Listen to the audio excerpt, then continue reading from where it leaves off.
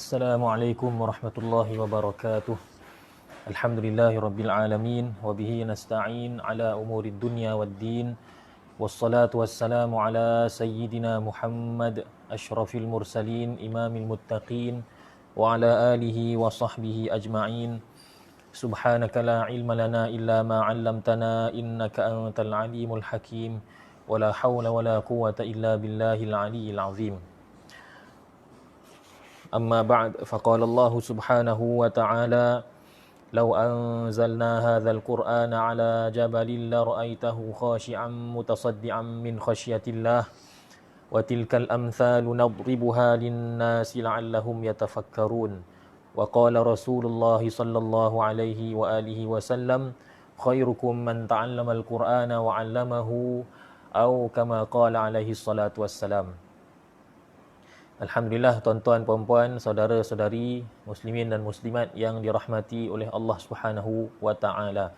Syukur pada Allah Subhanahu wa taala kerana kita telah pun selesai mempelajari surah Al-Fatihah beserta sedikit sebanyak daripada tafsirannya yang dikutip daripada pelbagai kitab tafsir. Jadi mudah-mudahan Allah Subhanahu wa taala memberikan kepada kita kefahaman dan memberikan kepada kita taufik untuk beramal ke arah beramal berdasarkan apa yang terkandung di dalam surah Al-Fatihah. Dan pada hari ini insya-Allah kita akan sambung dengan satu surah yang sangat dekat dengan kita kerana menjadi suatu amalan dalam kehidupan kita.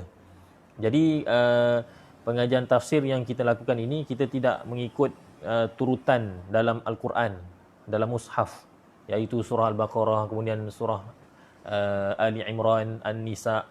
Sebaliknya kita memilih surah-surah, kita mengutamakan terlebih dahulu surah-surah yang menjadi amalan. Supaya apa? Supaya apabila kita mengamalkan dan membaca surah tersebut, maka ketika kita membacanya, kita akan menghayati maknanya, tafsirannya, dan kita akan lebih mentadabbur, lebih menghayati ayat-ayat yang kita baca ketika kita mengamalkannya. Yalah, kalau kita belajar surah yang kita mungkin jarang amalkan, jarang baca, mungkin setahun dalam sekali dua saja bertemu dengan surah itu, maka mungkin kita lupa apa yang kita belajar. Jadi untuk memaksimumkan ataupun untuk mendapatkan manfaat dan faedah yang lebih besar, maka kita utamakan surah yang kita amalkan sehari-hari. Dan pada hari ini insya-Allah kita akan masuk pada surah yang baru, iaitu surah Al-Mulk. Surah Al-Mulk. Baik, muslimin dan muslimat yang dirahmati lagi dikasihi oleh Allah Subhanahu wa taala. Jadi Al-Mulk maksudnya ialah kerajaan ataupun kekuasaan. Nanti akan diterangkan ketika kita menafsirkan ayat yang pertama. Dan surah Al-Mulk ini, kata para ulama, surah Al-Mulk adalah surah yang merupakan makkiyah. Surah makkiyah khalisah. Maksudnya ialah surah yang memang totally, bagi kata orang putih, sepenuhnya makkiyah. Kerana ada surah yang madaniyah atau makkiyah, tapi di dalamnya itu ada ayat-ayat tertentu yang bukan makkiyah, yang bukan madaniyah, yang berbeza dengan sebahagian besar ayat surah tersebut yang lain. Jadi surah Al-Mulk ini kesemuanya 30 ayat ataupun 31 ayat kesemuanya adalah makkiyah, berdasarkan kata para ulama. Bahkan disebutkan dalam setengah tafsir seperti tafsir Qurtubi, kalau tak silap saya, para ulama telah ijma', iaitu sepakat mengatakan bahawa surah ini adalah surah makkiyah. Dan surah ini subhanallah mengandungi ataupun mempunyai beberapa nama. Dan kita tahu dalam seperti mana kita belajar dalam surah Al-Fatihah yang terdahulu, kathratul asma' tadullu ala syarafil musamma. Banyaknya nama bagi suatu perkara atau suatu benda, maka banyaknya nama bagi sesuatu itu menunjukkan kemuliaan sesuatu itu. Contohnya Nabi kita Muhammad sallallahu alaihi wasallam mempunyai banyak nama. Maka itu menunjukkan kemuliaan dan ketinggian Nabi sallallahu alaihi wasallam. Bahkan Allah Subhanahu wa taala sendiri Ya, walillahil mathalul a'la. Allah Taala lebih tinggilah. Allah Taala tak boleh dibandingkan dengan makhluk. Tapi nak cerita bahawa Allah Taala itu sendiri pun mempunyai banyak nama. Ya. Walillahil asmaul husna fad'uuhu biha. Allah Taala memiliki nama-nama, banyak nama yang baik, maka berdoalah kamu dengan nama-nama tersebut. Maka banyaknya nama menunjukkan kemuliaan. Begitulah dengan surah Al-Mulk. Imam Al-Alusi rahimahullahu taala mengemukakan beberapa nama. Di antaranya kata beliau dinamakan sebagai surah Tabarak. Surah Tabarak. Kenapa? Kerana ayat pertama daripada surah ini ialah Tabarak, ataupun perkataan pertama, ya, Tabarak. Nanti akan diterangkan maksud Tabarak. Surah ini juga menurut Imam Al-Alusi rahimahullahu taala dinamakan juga sebagai surah Al-Mani'ah. Al-Mani'ah. Kerana apa? Kerana surah ini Al-Mani'ah maksudnya ialah yang menghalang. Kerana surah ini menghalang seseorang yang membacanya daripada terkena azab kubur, ataupun menghalang daripada dimasukkan ke dalam neraka. Kerana nanti akan disebutkan dalam hadis bahawa surah ini memberi syafaat kepada pembacanya agar dia diampunkan oleh Allah Subhanahu wa taala. Surah ini juga dinamakan sebagai Al-Munjiyah, iaitu surah yang menyelamatkan. Al-Munjiyah pun lebih kurang sama makna dan ertinya dengan Al-Mani'ah, dan dinamakan juga sebagai Al-Mujadilah, iaitu surah yang berhujjah. Al-Mujadilah, surah yang berhujjah. Maksudnya apa? Surah ini akan berhujjah di hadapan Allah Subhanahu wa taala di hari akhirat. Ya, dia akan berhujjah untuk membela, seperti mana dalam mahkamah, peguam bela, dia akan berhujjah untuk membela seseorang yang menjadi seseorang yang di bawahnya. Begitulah juga dengan surah Al-Mulk, dinamakan sebagai surah Al-Mujadilah kerana ia akan menjadi pembela, ia akan menjadi penghujjah di hadapan Allah Subhanahu wa taala pada hari akhirat, ya. Dan surah ini akan membela pembacanya sehingga berjaya dimasukkan ke dalam syurga insya-Allah. Jadi surah ini mempunyai pelbagai kelebihan yang disebutkan dalam hadis dan juga asar daripada as-salafus salih. Di antaranya ialah riwayat daripada Ibnu Mas'ud radhiyallahu anhu. Kata Ibnu Mas'ud radhiyallahu anhu, kunna nusammiha ala ahdi Rasulillah sallallahu alaihi wa alihi wasallam al-Mani'ah. Kata Abdullah bin Mas'ud, kami dahulu ketika zaman Rasulullah sallallahu alaihi wasallam, kami menamakan surah Al-Mulk ini sebagai Al-Mani'ah, iaitu yang menghalang, sebagai surah yang menghalang daripada azab dan sebagainya. Begitu juga riwayat daripada Ibnu Abbas radhiyallahu anhuma bahawa sebahagian daripada Ibnu Abbas menceritakan bahawa sebahagian para sahabat Nabi sallallahu alaihi wasallam pernah mendirikan kemah di atas sebidang tanah, dan tidak diketahui bahawa tanah itu adalah kubur sebenarnya. Di situ terdapat kubur tanpa diketahui mereka. Mereka telah membina kemah di atas kubur tersebut atau berdekatan dengan kubur tersebut. Lalu kata Ibnu Abbas, tiba-tiba kedengaran Al-Mulk, kedengaran bunyi suara orang membaca surah Al-Mulk daripada kubur tersebut. Maka perkara ini diceritakan pada Rasulullah sallallahu alaihi wa alihi wasallam. Maka sabda Rasulullah sallallahu alaihi wa alihi wasallam, hiyal mani'ah hiyal munjiyah tunjihi min azabil qabr. Surah ini ialah surah yang menghalang. Surah ini ialah surah yang menyelamatkan pembacanya daripada azab kubur. Jadi ini kelebihan bagi orang yang membaca surah Al-Mulk. Ya, maka oleh kerana itu kita kalau boleh jangan kita tinggallah. Kalau kita rasa penting untuk kita ni terselamat daripada azab kubur, bagi orang mukmin sememangnya percayalah bahawa azab kubur ini adalah benda yang memang benar. Kalau kita pergi kubur ketika pengurusan jenazah, pengebumian, akan dibacakan talqin, kubur itu benar, alam kubur, alam barzakh, azab kubur, soalan dalam kubur, semua itu benar. Jadi bagaimana kita nak menyelamatkan diri kita daripada azab kubur? Salah satunya ialah dengan membaca surah Al-Mulk. Dengan membaca surah Al-Mulk. Cuma timbul persoalan, bila kita nak baca? Bila kita nak baca? Yang afdalnya ialah kita baca sebelum tidur. Di antara isyak sehinggalah saat kita tidur. Katalah kita tidur pukul 11. Maka kita antara isyak ke 11 ke pukul 11 itu kita baca. Kalau kita nak afdal, maka lebih hampir kepada waktu tidur, maka itu lebih afdal. Kalau makin jauh daripada waktu tidur, itu kurang afdal. Tapi tetap ada pahala. Cuma dari segi afdaliyahnya, keafdalannya ialah kita baca sebelum tidur. Sebagaimana riwayat menyebutkan bahawa kana Rasulullah sallallahu alaihi wa alihi wasallam la yanamu hatta yaqra'a alif lam mim tanzil wa tabarakalladzi biyadihil mulk. Sebagaimana disebutkan dalam riwayat bahawasanya adalah Rasulullah sallallahu alaihi wasallam tidak tidur sehingga membaca alif lam mim tanzil, iaitu surah As-Sajdah dan juga surah Al-Mulk. Dan hadis ini hadis yang sahih, disahihkan oleh sebilangan ulama.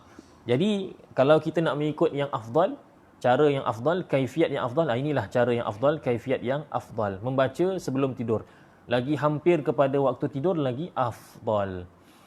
Tapi kalau sekiranya kita tidak mahu ataupun kita tidak mampu membacanya pada ketika itu, mungkin kita sibuk dengan anak-anak, nak menidurkan anak kan, macam kaum ibu contohnya kan, dia terpaksa buai ataupun menyusukan anak sebelum tidur.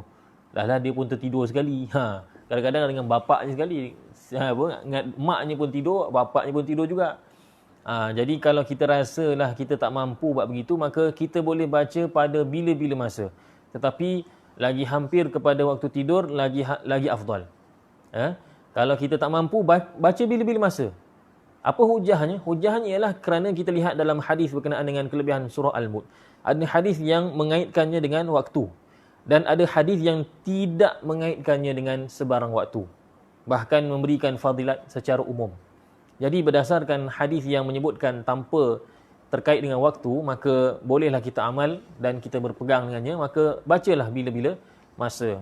Jadi saya sendiri alhamdulillah, hamba yang fakir ini alhamdulillah menjadi kebiasaan.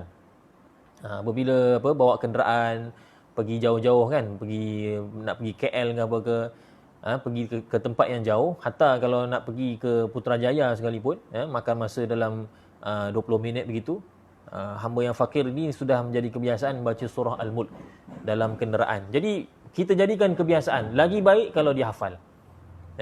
Kalau dihafal. Kerana itulah ada disebutkan dalam setengah riwayat, waditu, kata Rasulullah SAW, waditu tabarakalladzi fi qalbi kulli mu'min.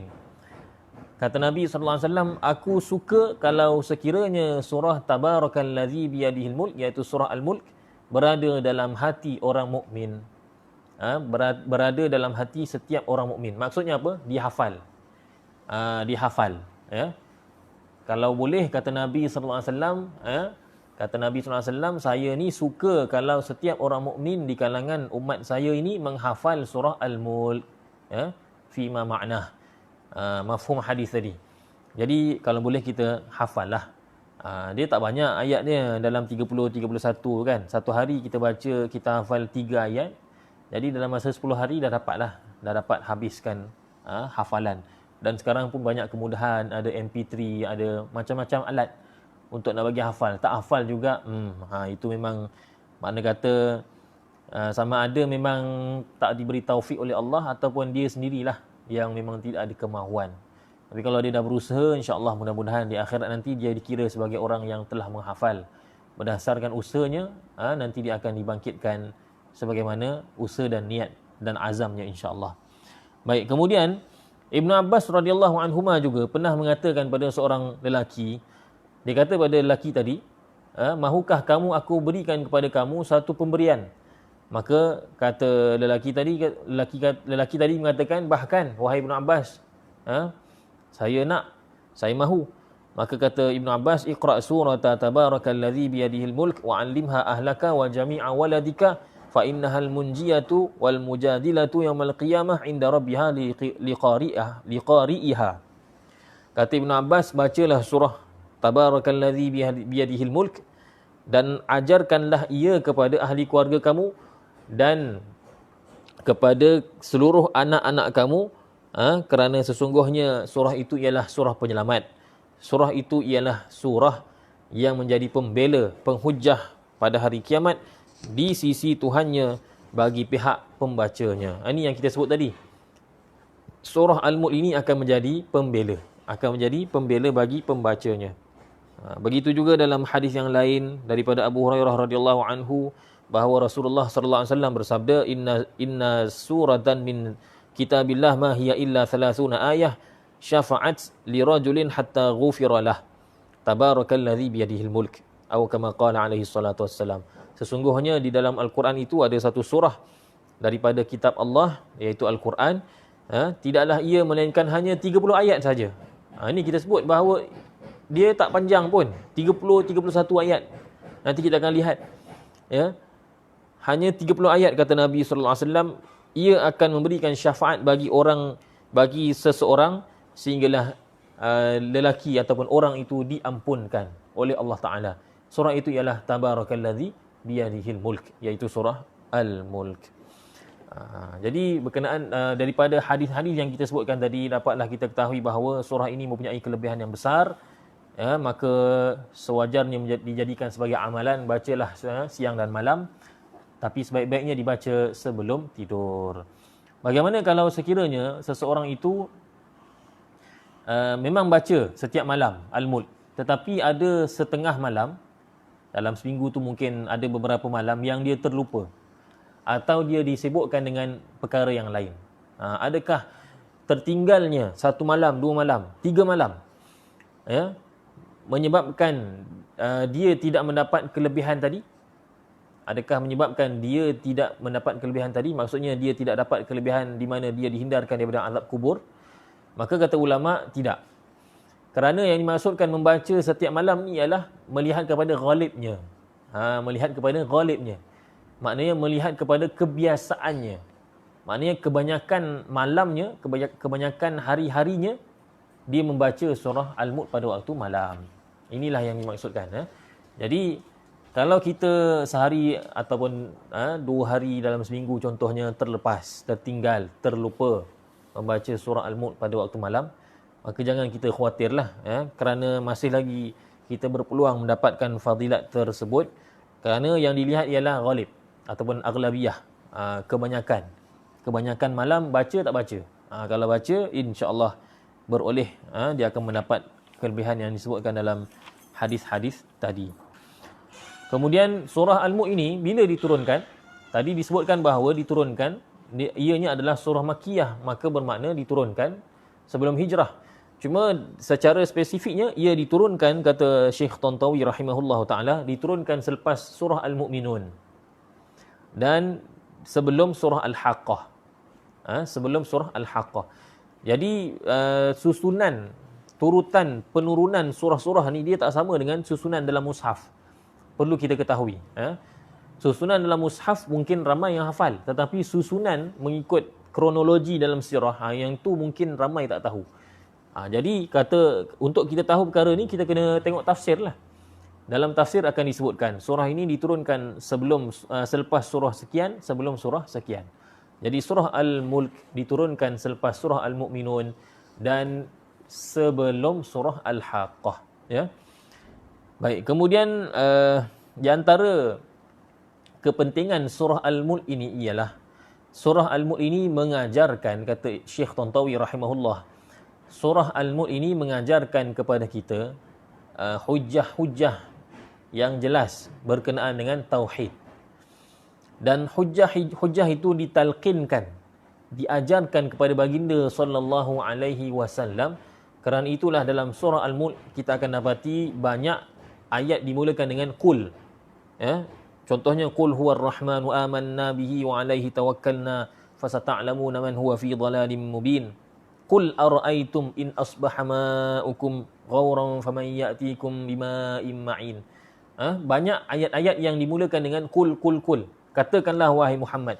Katakanlah wahai Muhammad. Maknanya Allah mengajarkan pada Nabi sallallahu alaihi wasallam bagaimana nak berhujah kepada orang-orang musyrikin. Maka eloklah dihafal untuk menguatkan lagi iman di dalam hati kita beserta dengan pemahaman terhadap makna dan juga kandungannya. Baik.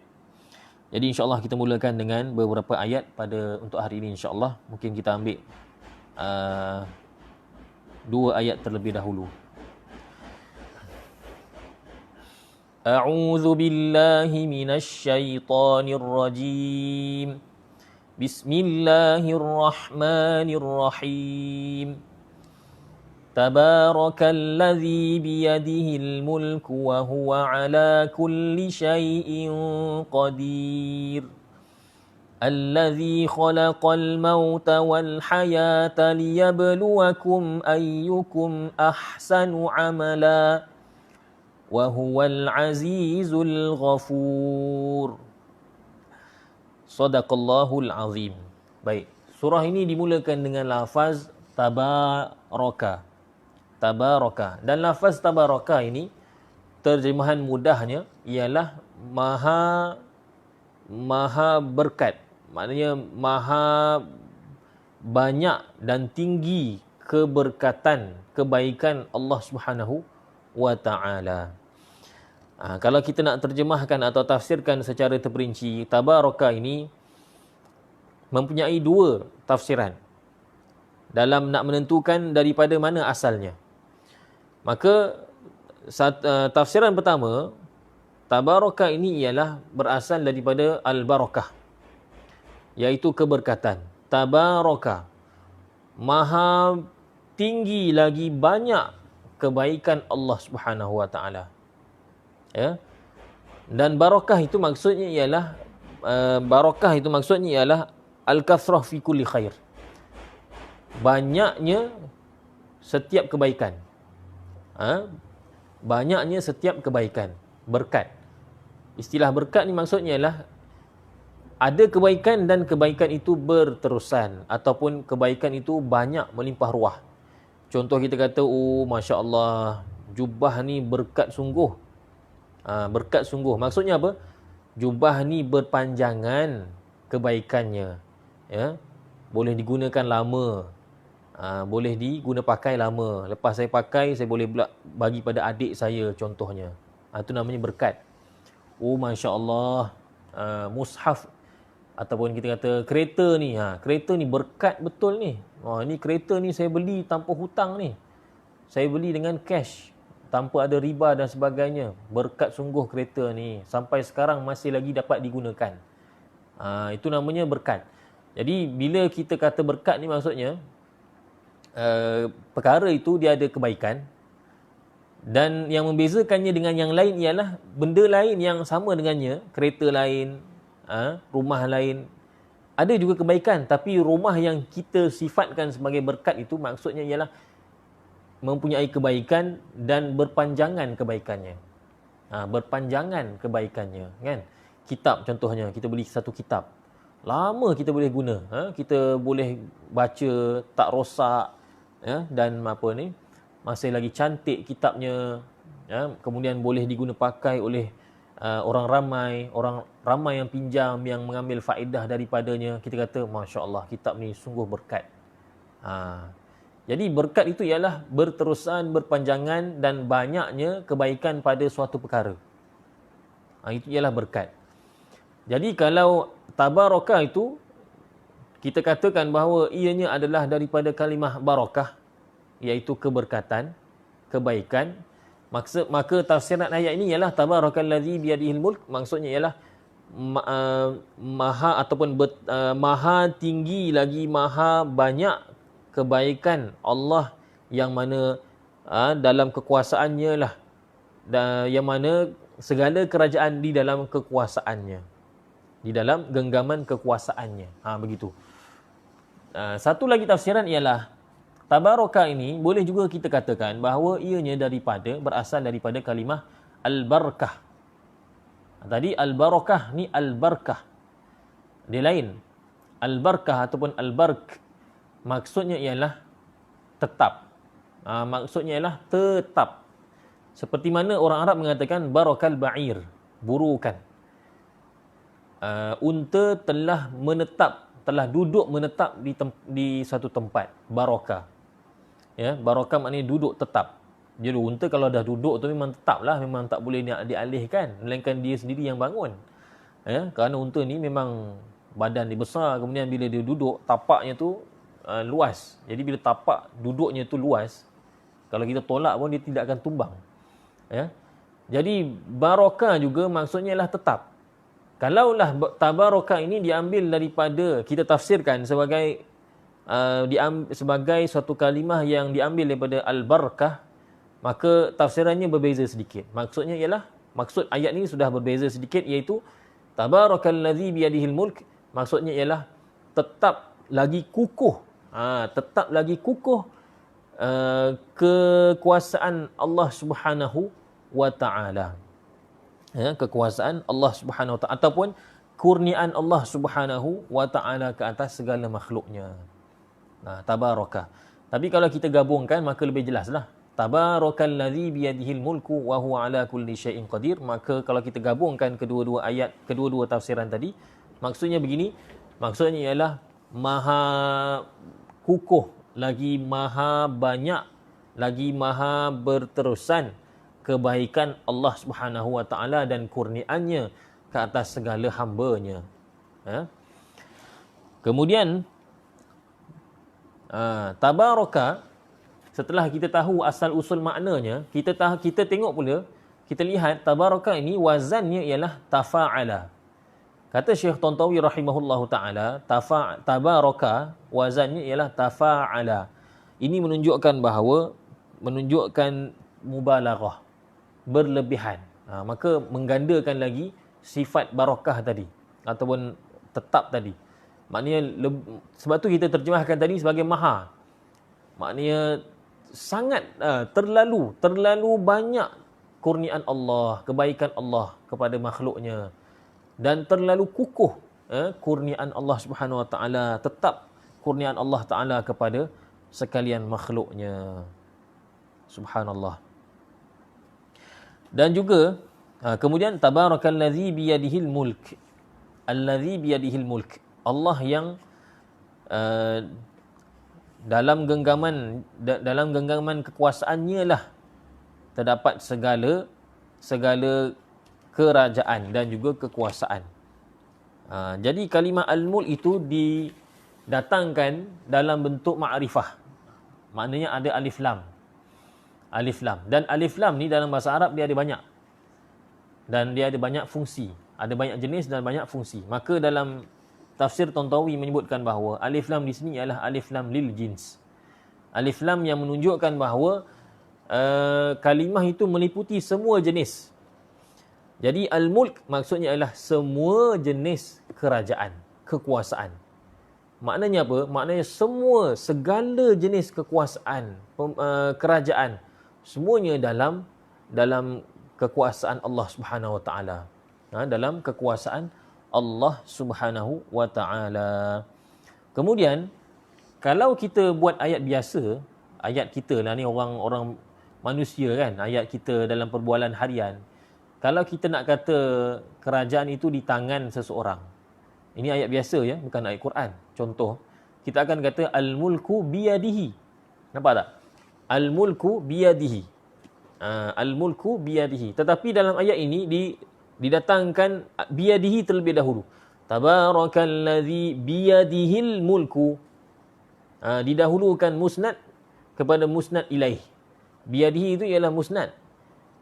Al-mulku ialah musnad ilaih, perkara yang disandarkan kepadanya. Jadi didatangkan sebegitu, disebutkan al-biyadihil mulk, bukannya al-mulku biyadih. Apa tafsirannya? Apa faedah yang kita boleh ambil? Kata ulama balaghah, bila diterbalikkan begitu, maka ia menunjukkan takhsis ataupun ikhtisas, pengkhususan. Maka tafsirannya, makna ayat ni ialah hanya dalam kekuasaan Allah lah segala jenis kerajaan. Hanya tu ditambah. Kerana apa? Kerana susunan ayat itu bila diterbalikkan begitu, biyadihil mulk, maka itu menunjukkan pengkhususan. Hanya kepada Allah ataupun hanya milik Allah Ta'ala lah segala kerajaan. Ada kalimah hanya kalau kita nak terjemahkan. Itulah yang dimaksudkan ikhtisas. Baik, kemudian subhanallah, disebutkan dalam ayat ini biyadihi, di tangannya, kalau terjemahan secara literal. Tetapi bolehkah kita menyandarkan tangan kepada Allah Subhanahu wa taala? Maka perlu kita ketahui bahawa akidah ahli sunnah wal jamaah, dalam akidah ahli sunnah wal jamaah kita wajib meyakini bahawa Allah Subhanahu wa taala langsung tidak menyamai makhluk, tidak menyerupai makhluk. Ya, laisa kamitslihi syai'. Allah Taala menyebutkan dalam sebuah ayat, Allah Taala tidak ada sesuatu pun yang menyerupai Allah Subhanahu wa taala. Tidak ada sesuatu pun yang serupa seumpama Allah Subhanahu wa taala. Jadi dalam hal ini berkenaan dengan tafsiran biyadihi ini, maka ulama ada dua tafsiran. Ya, ulama salafus salih mereka membacanya sahaja tanpa menetapkan makna zahir bagi ayat tersebut. Mereka tidak mengatakan tangan, dan mereka juga tidak mengatakan biyadihi itu ialah maksudnya ialah kekuasaan. Maksudnya ialah kekuasaan ataupun penguasaan. Tidak. Tetapi ulama khalaf, ulama yang terkemudian selepas zaman tabi'in ataupun selepas daripada zaman salaf, selepas daripada 3 kurun yang pertama atau 5 kurun yang pertama mengikut sebahagian ulama khalaf, mereka mentakwilkan. Mereka mentakwilkan. Maksud takwil, kita kena faham, takwil ni bukanlah maksudnya menyelewengkan makna. Sebahagian orang mengkritik takwil. Mereka mengatakan bahawa tak boleh takwil. Kerana mereka kata, mereka faham, takwil ini maksudnya ialah menyelewengkan, memesongkan makna asal. Bukan. Takwil bukan maksudnya memesongkan makna. Tidak. Takwil maksudnya ialah menetapkan makna yang bersesuaian bagi suatu ayat. Itu maksudnya. Jadi contohnya yad. Yad ni dia ada banyak makna. Antaranya tangan. Anggota ni tangan. Antaranya ialah kudrah. Antaranya banyaklah. Ada beberapa makna bagi yad. Maka takwil, fungsi takwil ialah memilih dari, katalah ada 5 makna. Daripada 5 makna ni, maka ulama yang mentakwil akan mengambil satu makna yang lebih sesuai. Tujuannya bukanlah untuk menetapkan inilah makna sebenar, bukan. Di sisi ahli sunnah wal jamaah, takwil ini hanya sekadar nak mendekatkan kefahaman kepada orang awam. Ya. Takwil ahli sunnah wal jamaah dia tak sama dengan takwil Mu'tazilah. Takwil Mu'tazilah mentakwilkan, contohnya yad ni, kalimah yad ni kalau literal meaning, makna secara literal maksudnya tangan. Kalau Mu'tazilah, mereka mentakwilkan, mereka kata yad ini ialah kudrah. Maksudnya ialah kekuasaan. Kekuasaan. Bezanya apa dia dengan ahli sunnah wal jamaah? Bezanya ialah Mu'tazilah kata wajib kita percaya bahawa yad itu maksudnya ialah kudrah. Dan tidak ada tafsiran lain. Itulah satu-satunya tafsiran. Sementara ahli sunnah wal jamaah kata tidak. Ahli sunnah wal jamaah ada juga sebahagian ulama, khususnya yang khalaf, mentakwilkan ayat. Tetapi mereka mentakwilkan bukan dalam bentuk jazam, bukan dalam bentuk confirm, pasti. Bukan secara qat'i, tetapi secara zanni. Mereka mengatakan bahawa ini adalah salah satu daripada makna. Salah satu daripada makna. Bukan ini satu-satunya makna. Dan mereka mengatakan bahawa yang terbaik ialah mengikut salaf. Tetapi mereka menghidangkan atau membentangkan takwil untuk memudahkan orang awam faham. Jadi kalau kita nak takwil ayat ini, biyadihil mulk, maksudnya ialah biyadihil mulk ini kalau mengikut Imam Fakhruddin Ar-Razi rahimahullahu taala, disebutkan yad ini, yad biyadihi ini, yang mana maksud asalnya tangan. Sebenarnya bila ditakwilkan, maksud sebenarnya ialah yad ini ialah nak menggambarkan bahawa kekuasaan Allah Ta'ala itu meliputi semuanya. Dan kekuasaan Allah itu sangat sempurna. sangat sempurna. Bukan maksudnya ialah yad tu memang Allah Ta'ala tu ada tangannya. Bukan.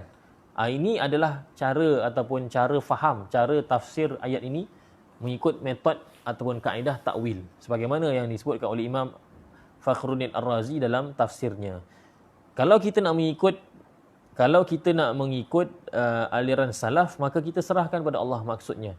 Cuma walaupun kita menyerahkan makna yad itu kepada Allah Subhanahu Wa Taala, tapi wajib kita mempercayai bahawa makna yang mempunyai tashbih ataupun penyerupaan kepada makhluk itu sama sekali memang tertolak. Kerana itulah Imam At-Tahawi rahimahullahu taala menyebutkan dalam akidahnya, akidah Tahawiyah masyhur. Beliau mengatakan bahawa ta'alallahu 'anil hududi wal ghayati wal arkani wal a'dha' wal adawat la tahwihi al jihatus sit kasairil mubtada'at. Kata beliau, Allah Taala itu maha suci, maha tinggi daripada segala had, batasan, dan juga ghayat, penghujung. Macam kita ni ada penghujung, ada kalau atas ni penghujung kita. Ada batasan, wal arkan, dan juga bahagian-bahagian. Badan kita ni ada bahagian-bahagian, atas, bawah, kiri, kanan, yang panjang, yang petak, yang bulat. Ada bahagian-bahagian, boleh dipecah-pecahkan, boleh dibahagi-bahagikan. Wal a'dha', dan juga anggota badan. Allah Ta'ala tidak ada anggota badan, tidak beranggota badan. Wal adawat, dan tidak beralat. Macam kita ni ada alat. Untuk menulis kita ada ni, jari jemari ni, tangan. Ni alat kita. Allah Ta'ala tidak begitu. Kata Imam At-Tahawi, salah seorang ulama salafus salih. La tahwihil jihatus sit. Dan Allah Ta'ala tidak diliputi oleh arah yang 6. Arah yang 6. Depan, belakang, kanan, kiri, atas, bawah. Tidak. Allah Ta'ala bukan begitu. Tidak diliputi oleh arah yang 6. Seperti mana kasairil mubtada'at. Seperti perkara-perkara baharu. Makhluk yang bersifat baharu, semuanya ada sifat-sifat yang telah disebutkan tadi. Tetapi Allah Ta'ala tidak. Maka ini menunjukkan salafus salih tidak memahami yad itu sebagai anggota. Maka kerana itu adalah salah sekiranya seseorang itu memahami ayat ini, tabarakalladzi biyadihil mulk. Maksudnya ialah maha banyak, maha tinggi kebaikan Allah Ta'ala yang pada tangannya segala jenis kerajaan. Tak boleh kata begitu, sebab tangan itu maksudnya ialah anggota. Tangan maksudnya anggota. Sedangkan Imam Tahawi, Imam Aqidah mengatakan, dan juga ulama lain pun mengatakan bahawa Allah Ta'ala itu tidak beranggota. Jadi ulama salafus salih, mereka membacanya sahaja. Yad itu dibaca sekali lalu tanpa mengatakan adakah yad itu maksudnya adalah anggota ataupun tidak, ataupun bagaimana, tidak. Mereka tidak membicarakannya.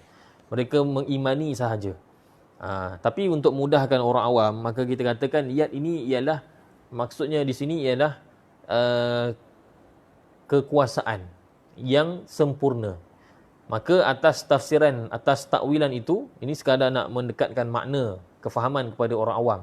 Maka maksud tabarakalladzi biyadihil mulk, maha suci, maha tinggi Allah Subhanahu Wa Taala, maha luas, lagi maha banyak keberkatan, kebaikan, kurniaan Allah Taala, yang mana di dalam kekuasaannya yang sempurnalah terdapatnya, beradanya segala jenis kekuasaan. Maknanya segala jenis kekuasaan berada dalam liputan dan juga kesempurnaan kekuasaan Allah Subhanahu wa Ta'ala.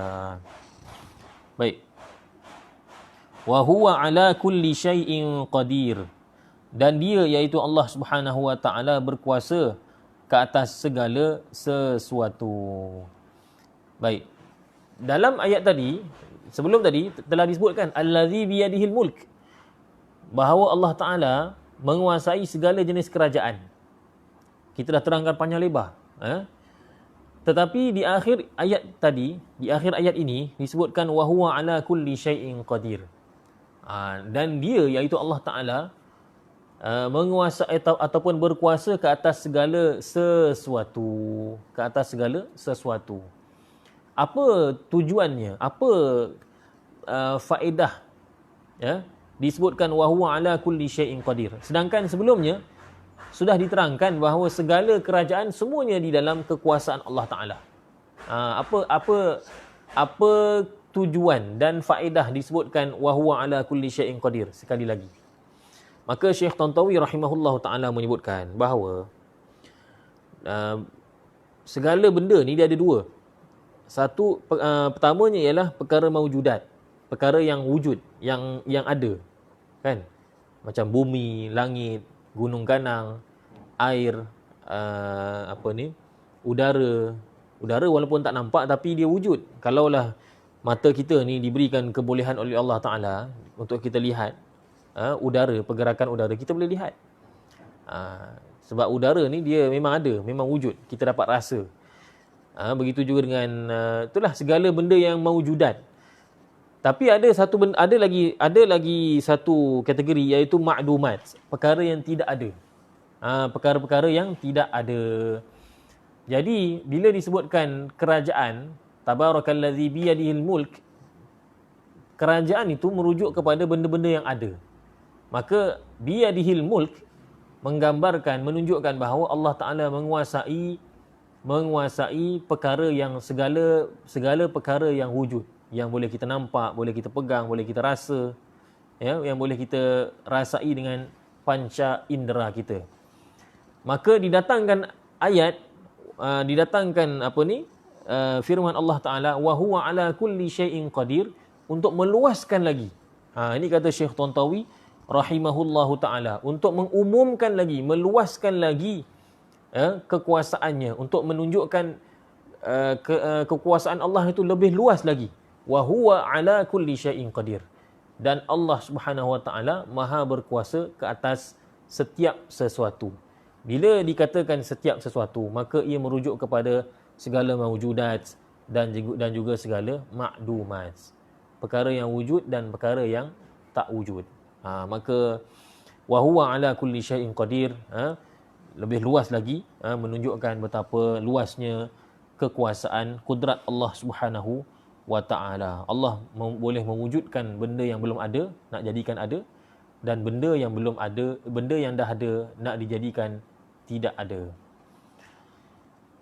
Baik, kemudian Allah Subhanahu wa taala berfirman, allazi khalaqal mauta wal hayata liyabluwakum ayyukum ahsanu amala. Yang mana? Yang allazi, yang, iaitu Allah yang menciptakan kematian dan juga kehidupan. Tujuannya apa? Liyabluwakum ayyukum ahsanu amala, untuk supaya Allah Ta'ala menguji kamu semua, siapakah di antara kamu semua yang lebih baik amalan. Ayyukum ahsanu amala, daripada kamu semua ni, siapakah yang paling baik amalannya, yang manakah lebih baik amalannya. Baik, allazi khalaqal mauta wal hayata. Dalam ayat ini Allah Ta'ala mendahulukan al-maut, kematian, berbanding al-hayah, kehidupan. Secara zahirnya kita lihat, kita ni sekarang hidup. Selepas hidup, kita akan masuk ke suatu lagi fasa, iaitu mati. Jadi zahirnya kita nampak, kita ni mula dengan hidup, kemudian berakhir dengan mati. Tetapi dalam ayat ini, Allah Ta'ala mendahulukan kematian. Allah sebutkan kematian dahulu, kemudian barulah kehidupan. Persoalan ialah mengapa? Persoalannya ialah mengapa disebutkan kematian terlebih dahulu, kemudian barulah disebutkan kehidupan. Maka perkara ini, kalau kita lihat dalam tafsir Ibnu Katsir, dapat kita kutip 3 jawapan. Pertamanya, kata Imam Al-Qurtubi dalam tafsir Al-Qurtubi, dapat kita mengutip 3 jawapan. Yang pertama ialah, kata Imam Qurtubi, disebutkan mati terlebih dahulu, kemudian barulah hidup. Kerana mati itu lebih menunjukkan kita ni terpaksa, kita ni dikuasai oleh Allah Subhanahu wa taala. Mati itu lebih menggambarkan, menunjukkan kekuasaan Allah ke atas kita. Kan? Kerana mati, bila kita sebut tentang mati, kita akan bayangkan bagaimana seseorang itu tidak dapat melawan dan mengatasi kematian yang datang pada dia. Bila kematian datang pada kita, atau pada seseorang, cuba kita lihat, boleh tak dia lawan? Dia tak akan dapat lawan. Akhirnya dia akan terpaksa mengikut apa yang Allah Ta'ala telah tetapkan. Dia telah mengikut apa yang Allah Ta'ala telah tadbirkan untuk dia. Maka kematian itu lebih menggambarkan bahawa manusia ni lemah dan Allah Ta'ala itu maha berkuasa. Kerana itulah disebutkan allazi khalaqal mauta. Maka mudah-mudahan, harapannya supaya mudah-mudahan kita ini dapat menyedari bahawa kita ni lemah dan Allah Ta'ala itulah yang maha memaksa, maha menguasai kita. Qahr. Dalam tafsir Al-Qurtubi disebutkan, li'annal mauta ilal qahri aqrab.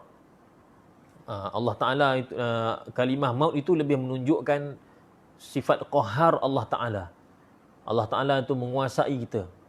Allah Ta'ala itu kontrol kita. Kita tak boleh buat apa.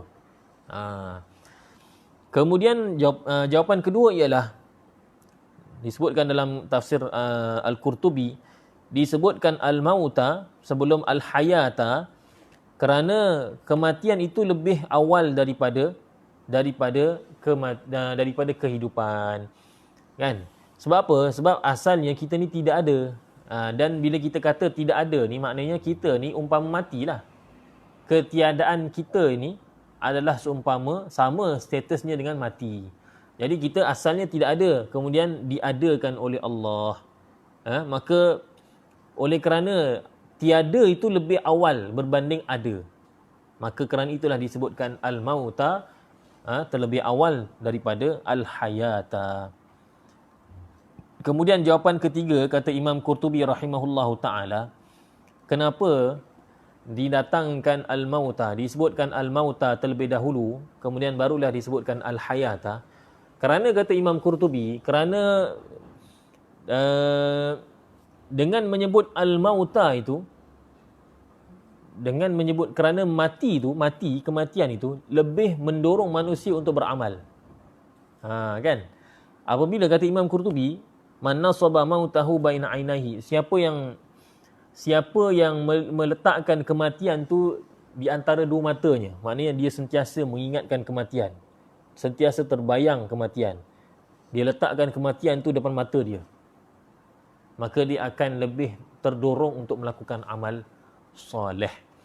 Kerana itulah disebutkan allazi khalaqal mauta wal hayata. Didahulukan al-mauta, kemudian barulah disusuli dengan al-hayata.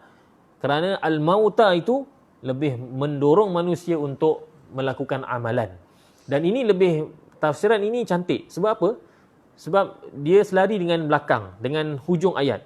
Liyabluwakum ayyukum ahsanu amala.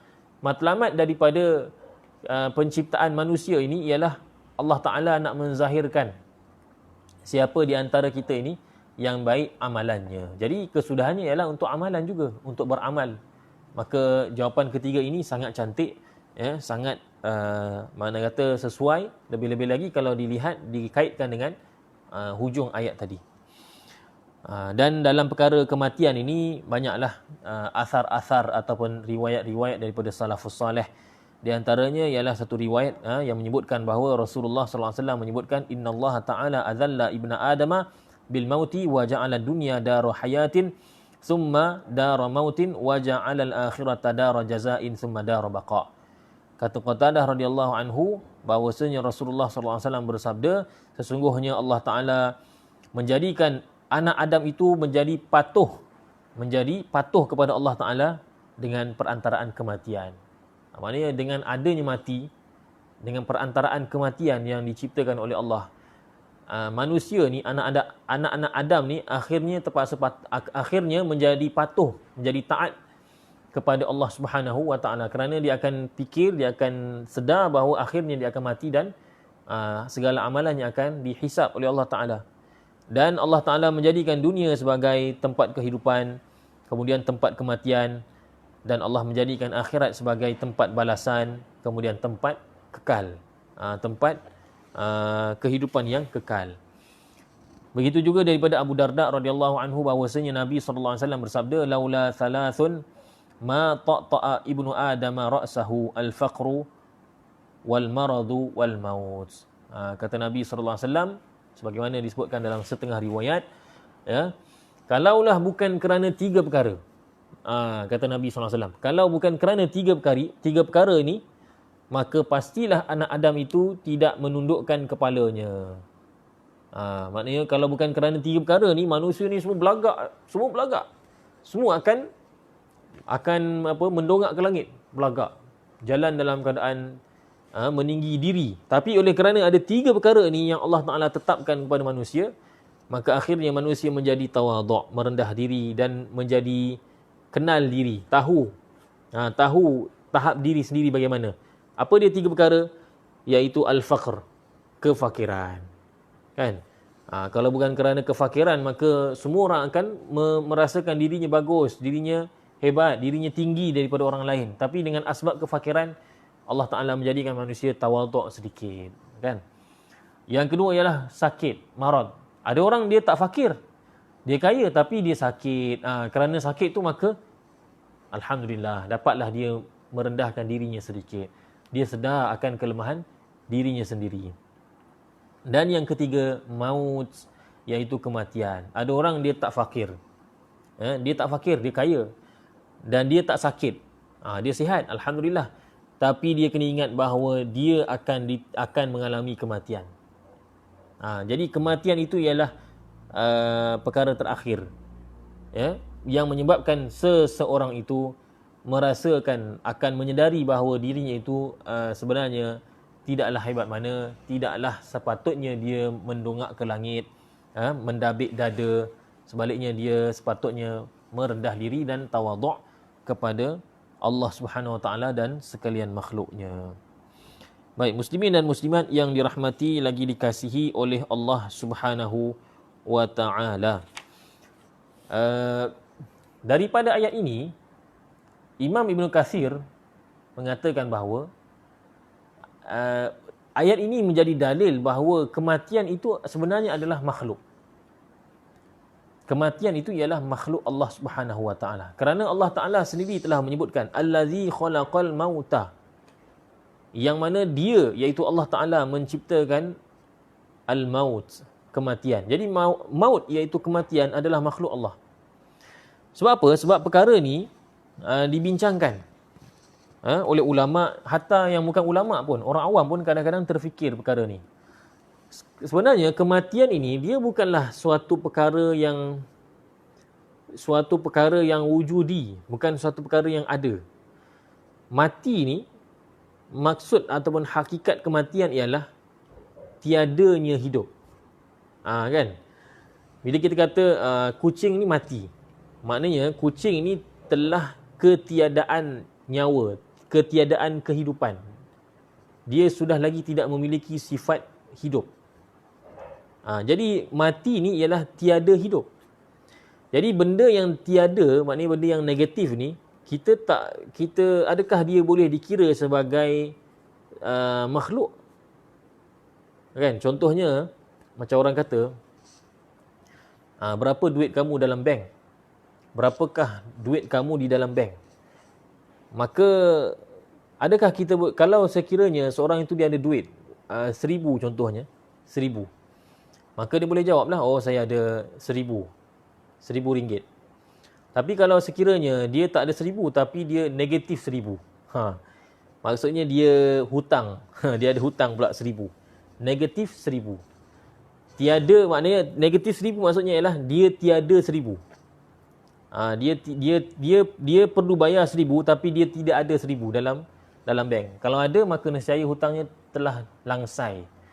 Maka adakah dia dikatakan memiliki wang? Kita tak kata dia memiliki wang. Jadi begitulah dengan kematian. Kematian ni ialah tiada kehidupan.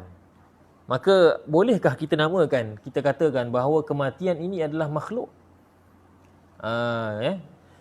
Maka kata Imam Ibn Kathir, boleh kita namakan, bahkan ulama lah, bukan Ibn Kathir je, kematian itu adalah makhluk. Kerana apa? Kerana Quran menunjukkan, menjelaskan bahawa Allah menciptakan kematian. Allah menciptakan kematian.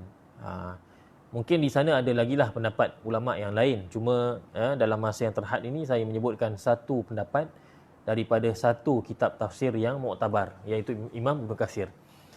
Dan kalau kita katakan bahawa kematian ni bukan nampak, kan? Kematian ni kita tak nampak. Jadi bagaimana boleh dikatakan makhluk? Kalau kita nak kata pokok makhluk, ya, pokok itu boleh dilihat, nampak. Kalau kita nak kata malaikat adalah makhluk, boleh, sebab malaikat itu memang makhluk. Walaupun kita sekarang ni tak nampak, tapi kalaulah dibuka hijab daripada penglihatan mata kita, nescaya kita akan nampak. Kita akan nampak malaikat, jin dan sebagainya. Jadi itu menunjukkan malaikat, jin dan seumpamanya adalah makhluk. Tapi kematian ni dia bukanlah benda yang nampak. Kan? Adakah boleh dipanggil makhluk? Ni dari sudut yang lain, dari sudut nampak tak nampak. Maka pertamanya kita boleh jawab dengan ayat ini, allazi khalaqal mauta.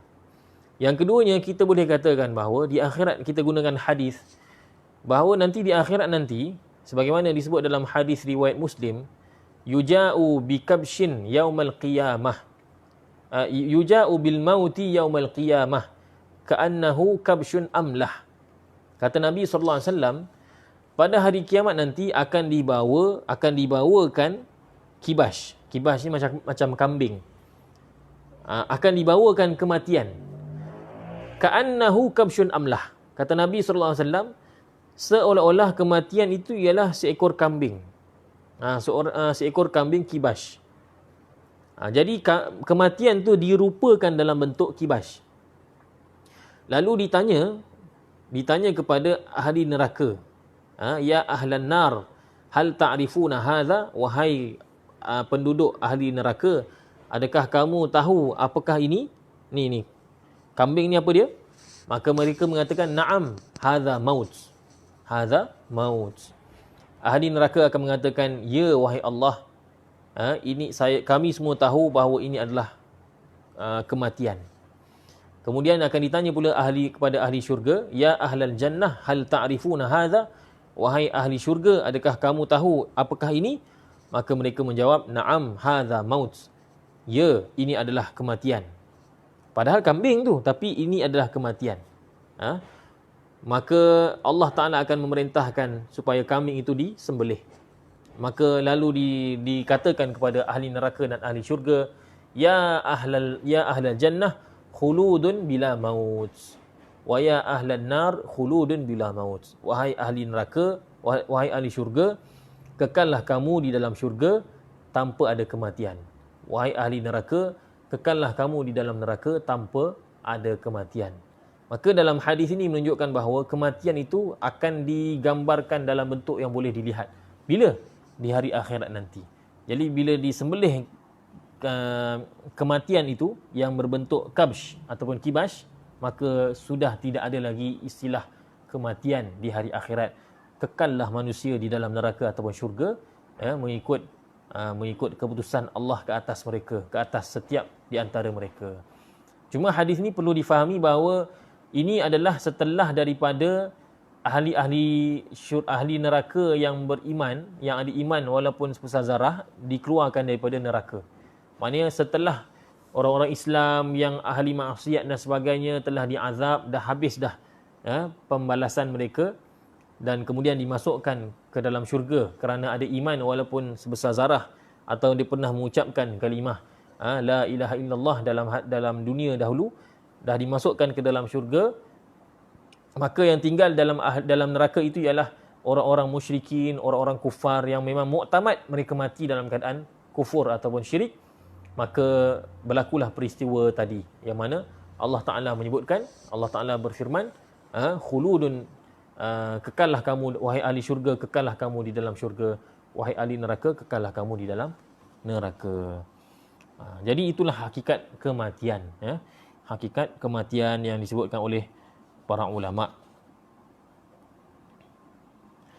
Allazi khalaqal mauta wal hayata liyabluwakum ayyukum ahsanu amala. Tujuan Allah Ta'ala ciptakan kematian dan kehidupan ni ialah untuk Allah Ta'ala untuk dizahirkan siapa di antara kita ni yang baik amalannya, paling baik.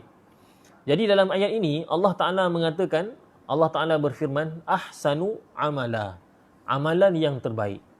Dalam tafsir Ibn Kathir disebutkan bahawa, disebutkan oleh sebahagian ulama', dinukilkan daripada sebahagian ulama' tafsir, bahawa ayat ini tidak mengatakan aktsaru amala, tidak mengatakan yang paling banyak amalannya. Tapi yang dikatakan di sini ialah, yang disebutkan dalam ayat ialah ahsanu amala, sebaik, yang paling baik amalannya. Maka apa yang boleh kita faham di sini? Yang boleh kita faham di sini ialah sebenarnya Allah Ta'ala melihat kepada amalan yang terbaik, bukan amalan yang terbanyak. Sebab apa? Sebab ramai di kalangan manusia yang banyak amalannya, tetapi amalannya itu tidak menepati, makna kata tidak menepati kehendak Allah Subhanahu Wa Taala. Tidak seperti mana yang dikehendaki oleh Allah. Kadang-kadang dia solat, tetapi rukun dan syaratnya tidak dipatuhi. Kadang-kadang dia baca Quran, tetapi tajwidnya dilanggar. Ada orang kadang-kadang bersedekah, berwakaf, tetapi bila dilihat kepada syariat, hukum hakam yang Allah Ta'ala telah tetapkan menerusi Quran, hadis dan juga dalil-dalil lain, maka didapati wakafnya tadi itu tidak sah, tidak diterima. Begitu juga dengan orang yang berzakat. Pada hari ini ramai kesedaran untuk membayar zakat tu, alhamdulillah sudah semakin meningkat, tapi kadang-kadang ada orang yang membayar zakat tapi dia sendiri tak tahu adakah zakat itu menepati kehendak Allah Ta'ala. Kadang-kadang asnaf yang mereka, golongan yang mereka berikan zakat kepadanya, kadang-kadang tidak termasuk dalam asnaf. Bila dilihat kembali, dinilai dari kacamata syarak, kita baca kitab, tengok ciri-ciri asnaf yang layak menerima zakat, kita dapati ianya tidak bertepatan dengan golongan yang diberikan zakat oleh sesetengah orang. Dia main bagi je. Dia jumpa orang ni, dia kata, ni layak ni terima zakat ni, dia bagi. Hatta saya sendiri pun pernah diberikan, saya pernah diberikan selaikan pelekat oleh seorang usahawan, ahli perniagaan, dan dia mengatakan ini adalah zakat, sebagai zakat. Jadi masa tu saya kecil lagi lah, saya tak tahu lah, sampai sekarang saya tak tahu bagaimana, maknanya adakah sah ataupun tidak, kan? Saya pun tak beranilah nak kata bahawa zakatnya itu tidak sah, tapi maksud kata kita masih lagi tertanya-tanya. Maka oleh kerana itu kita kena faham ayat ini. Allah Ta'ala menyebutkan liyabluwakum ahsanu amala, amalan yang terbaik. Allah Ta'ala nak nilai, nak tengok daripada kita amalan yang terbaik, bukan sekadar banyak. Maka oleh kerana itu, dalam kita bagus memperbanyakkan amalan ni, memang baguslah kan, memang eloklah, kerana memang kita ni diciptakan oleh Allah untuk beribadah. Tetapi dalam kita memperbanyakkan amalan, kita kena lihat juga adakah amalan itu baik ataupun tidak. Kerana Allah Ta'ala nak tengok yang baik. Ahsanu amala. Jadi baik atau tidak baik itu hendaklah dilihat dari sudut garis panduan yang telah ditetapkan oleh syarak. Maka tafsiran yang dikemukakan oleh imam, yang dinukilkan oleh Imam Ibn Kathir berkenaan dengan ahsanu amala, itu sangat wajar diberikan perhatian, supaya kita tidak hanya melihat kepada kuantiti, sebaliknya kita lihat juga kepada kualiti amalan kita. Jadi, dan di akhir ayat Allah Ta'ala berfirman wa huwal azizul ghafur, dan Allah Ta'ala maha berkuasa lagi maha mengampuni. Maka sepatutnya, sewajarnya kita meyakini bahawa apa jua amalan yang kita buat, kesudahannya, balasannya itu terpulang pada Allah Ta'ala. Allah Ta'ala boleh sahaja nak memberikan pahala, dan boleh saja amalan itu tidak diberikan sebarang pahala. Kerana itu tertakluk kepada kehendak Allah Subhanahu Wa Ta'ala. Dan Al-Ghafur, wajib kita mengaku dan meyakini bahawa Allah Ta'ala itu maha mengampuni. Maksudnya ialah, walau seburuk mana dosa yang kita buat, sekeji mana amalan kita ni, bercanggah dengan ahsanu amala, tapi di akhir ayat kita kena ingat wa huwal azizul ghafur. walau seteruk mana, walau sejauh mana bezanya amalan kita dengan ayat yang disebutkan tadi, ahsanu amala, kesudahannya kita kena yakin bahawa Allah Ta'ala itu maha mengampuni apa jua jenis dosa, selagi mana dosa itu bukanlah dosa syirik kepada Allah Subhanahu wa Ta'ala. Jadi mudah-mudahan insya-Allah mukaddimah surah Al-Mulk yang telah kita sebutkan dan juga tafsiran dua ayat pertama, dua ayat terawal daripada surah Al-Mulk sebagai pembuka buat hari ini insya-Allah, mudah-mudahan dapat memberikan kita kefahaman dan dapat kita amalkan berdasarkan apa yang ditunjukkan oleh ayat tersebut dan kita sampaikan insya-Allah. Baik, di sini ada satu soalan berkenaan dengan satu soalan yang berbunyi, kalau baca dalam solat Isyak sudah cukup ke atau lebih baik dibaca di luar solat? Baik, persoalan ni pun banyak kali orang tanya. Ya. Baik, yang afdalnya, yang sunnahnya ialah ianya dibaca di luar solat. Seperti mana kita sebutkan tadi bahawa Nabi SAW baca sebelum tidur. Berdasarkan hadis tadi, kana Rasulullah SAW la yanamu hatta yaqra'a alif lam mim tanzil wa tabarakalladzi biyadihil mulk. Jadi kata dalam hadis tadi menyebutkan bahawa Nabi SAW membacanya sebelum tidur. Jadi maksud sebelum tidur itu ialah seafdalnya ialah hampir-hampir mahu tidur. Hampir-hampir nak tidur. Maka yang afdalnya ialah dibaca di luar. Di luar solat. Kerana di luar solat maknanya lepas Isyak itu lebih hampir kepada tidur berbanding dalam solat Isyak. Cuma kata sebahagian ulama, sebagaimana kita sebutkan tadi, ayat-ayat ataupun hadis-hadis berkenaan dengan surah Al-Mulk ni ada yang mengaitkannya dengan tidur, ada yang tidak mengaitkan. Ada yang menyebutkan secara mutlak tanpa mengaitkannya dengan sebarang waktu. Jadi kalau seseorang itu membaca surah Al-Mulk di dalam solatnya, solat Isyak contohnya, dengan niat untuk mengamalkan, mempraktikkan hadis-hadis yang mutlak, tidak muqayyad, mempraktikkan hadis-hadis yang tidak mengaitkan bacaan surah Al-Mulk itu dengan tidur atau hampir dengan tidur, maka dia dapat kelebihannya. Seperti mana kita sebutkan sebelum ini, ada hadis berkenaan dengan kelebihan surah Al-Mulk yang mengaitkannya dengan waktu, dan ada yang memberikan keluasan, tidak mengaitkannya dengan sebarang waktu.